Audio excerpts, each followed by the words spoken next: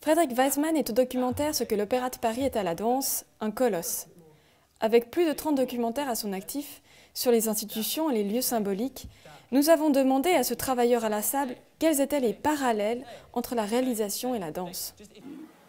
Quand on tourne un film, quand on monte un film, on a besoin de beaucoup de concentration.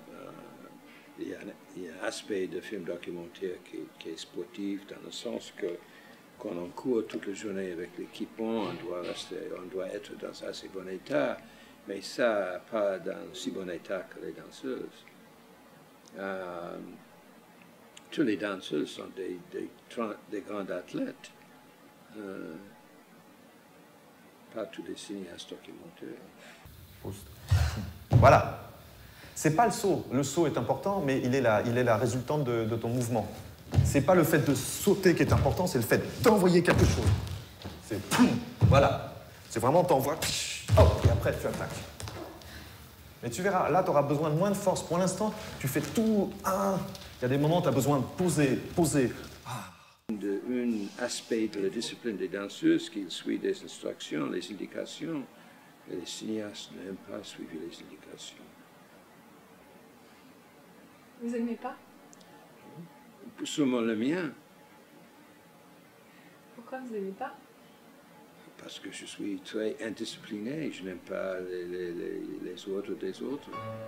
C'est d'ailleurs pour conserver sa liberté que le réalisateur prend au moment du tournage la place du preneur de son, pour choisir ce qui se passe selon ses propres termes.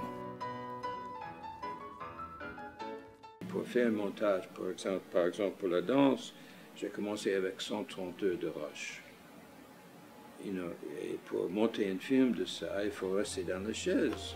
Je ne saute jamais de mon placard.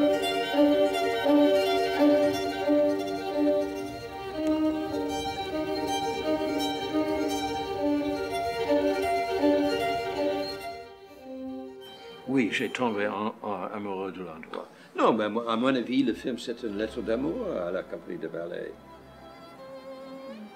Ben, parce que c'est ce que j'ai trouvé. Je voulais bien travailler là-bas. Mais je peux vendre des billets.